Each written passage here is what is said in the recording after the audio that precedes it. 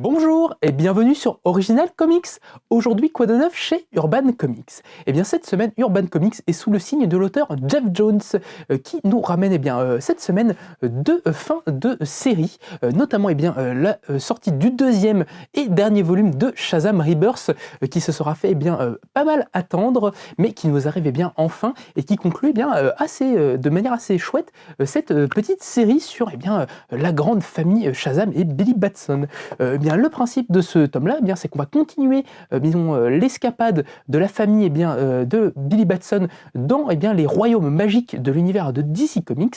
Notamment, on va voir des intrigues qui vont partir un petit peu dans tous les sens et qui vont nous présenter ces différents royaumes et voir comment les différents membres de la famille Shazam vont s'en sortir. On va voir également un Billy Batson qui va être confronté à une figure paternelle qui ne s'attendait pas à revoir de sitôt. Et tout cela va s'englober dans une intrigue assez pyrotechnique qui va voir tous les plus grands ennemis de Shazam se réunir pour une grande baston finale, notamment le terrible Black Adam, le docteur Sivana et même le perfide Mr. Mind. Donc voilà un grand fête explosive de Geoff Johns pour célébrer la fin de son aventure sur le personnage de Shazam, qu'il aura quand même mine de rien écrit pendant quand même pas mal de temps entre ses débuts dans les New 52, son passage dans la Justice League et maintenant ce Shazam Rebirth. Geoff Johns aura quand même écrit le bon Billy Batson pendant presque une dizaine d'années, donc c'est quand même pas mal, et il aura tenté notamment avec cette série Shazam Rebirth de ressusciter un petit peu l'univers de la famille Marvel, de la famille Shazam, qui s'était fait un petit peu plus discret chez DC Comics, et là il tente de ramener pas mal d'éléments qui viennent à la base de Fawcett Comics, la première boîte d'édition qui avait créé le personnage de Shazam avant que DC Comics le rachète. Vous connaissez sans doute l'histoire, c'est un petit peu compliqué. Mais voilà, on retrouve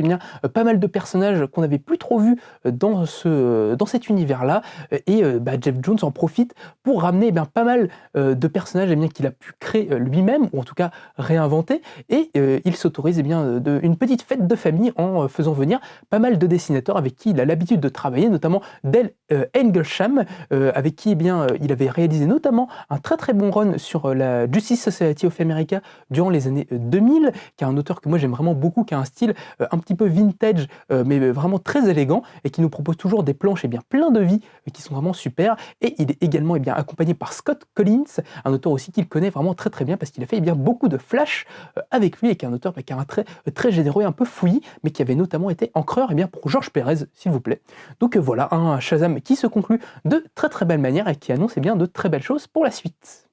La deuxième entrée de Geoff Johns cette semaine, c'est bien évidemment la sortie de son 6e volume de son run sur Flash, qui lui aussi se sera fait pas mal attendre, en tout cas un petit peu moins que le tome 5, mais en tout cas c'est terminé. On a enfin l'intégralité du run de Geoff Johns sur le personnage de Wally West et de Flash, complet en version française, et ça ça se fête, et ça c'est chouette. Dans ce 6e tome, pareil, conclusion assez explosive, notamment avec l'arc de la guerre des Lascars, qui va voir les grands ennemis de Flash, la Rogue Gallery, se faire la guerre au sein de la ville du bon bolide doré, et la famille de Flash va devoir se débrouiller pour faire le moins de dégâts possible et pouvoir régler ça le plus rapidement possible. Ce qui est assez chouette avec cet arc, c'est que c'est vraiment Geoff Johns qui met une grosse conclusion à toutes les intrigues qu'il a pu développer pendant plusieurs années.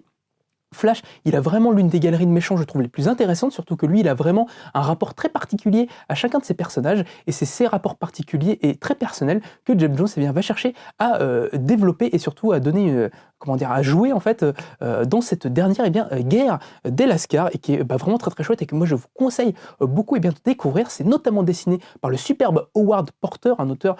qui a été beaucoup important pour le DC Comics du début des années 2000, en faisant beaucoup de Flash ou de la Justice League, donc vraiment ça se dévore le plus vite possible.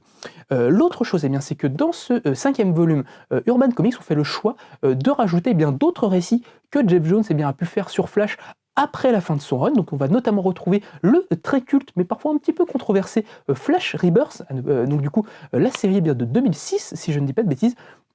qui voyait le grand retour de Barry Allen dans l'univers de DC Comics, et qui réinstaurait un petit peu le personnage et sa mythologie dans l'univers DC Comics, et surtout qui rejouait un petit peu certaines choses de ses origines, notamment tout ce qui concerne un peu le professeur Zoom, et toutes ces choses-là. Donc pareil, que vous devez un petit peu connaître au moins deux noms si vous êtes fan de Flash, que Urban avait déjà édité dans le volume Flashpoint Prélude. Donc du coup, faites attention, si vous l'avez déjà, vous risquez aussi de retrouver ces histoires-là. Et enfin, pour conclure le volume, ils ont décidé de nous adjoindre les tie-in en fait à Blackest Night, le grand événement Green Lantern que Jeff Jones pareil avait réalisé à la fin des années 2010, enfin de 2000, excusez-moi, enfin début 2010,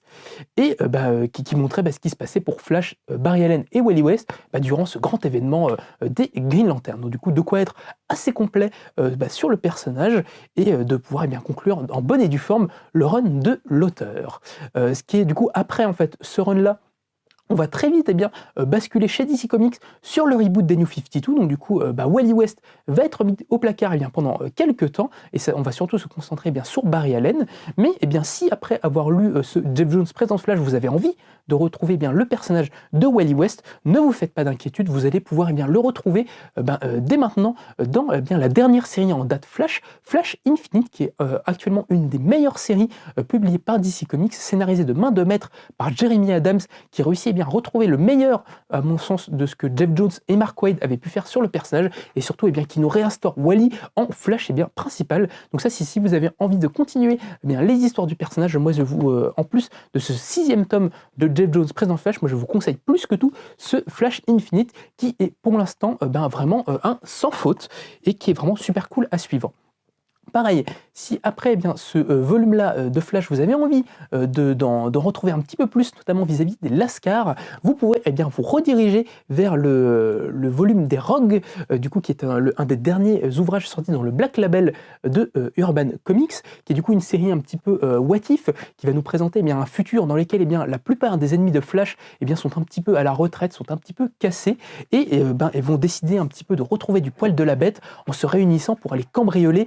le coffre-fort de Gorilla Grodd à Gorilla City. Donc du coup une espèce de Ocean's 11 mais avec les méchants de Flash, qui est vraiment très réussi, scénarisé par Joshua Williamson et dessiné par Léo Mack, qui nous avait offert précédemment chez DC le Basketful of Head. Donc voilà des choses assez sympas si vous voulez continuer dans la même tonalité que l'univers de Flash présenté par Jeff Jones. Enfin,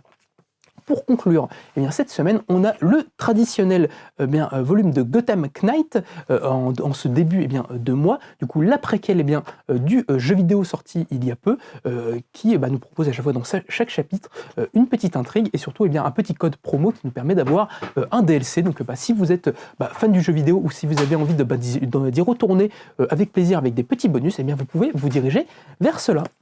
Et voilà, en espérant que vous réussirez à trouver des choses qui vous intéressent dans tous ces petits trucs, que vous serez rassasiés de Jeff Jones avec ses dernières sorties. Comme vous l'avez vu, on a pris le temps de vous présenter aussi un petit peu d'autres petites sorties qui datent un petit peu plus, parce qu'il n'y avait pas grand chose cette semaine, donc écoutez, on vous met un petit peu de rab. Donc tout cela est évidemment disponible dans le descriptif de la vidéo, ou bien en nous rendant visite au 49 rue Lacépède. On aura beaucoup de plaisir de discuter avec vous, et je vous rappelle que si vous n'avez pas envie de rater nos prochaines vidéos, vous pouvez dès à présent vous abonner à notre chaîne et nous laisser un petit commentaire pour nous donner un petit peu vos ressentis, si vous avez aimé ces dernières lectures, si vous avez lu des lectures précédentes et que vous avez envie de le partager, c'est avec grand plaisir qu'on vous lira. Voilà, je vous remercie et je vous dis à la prochaine.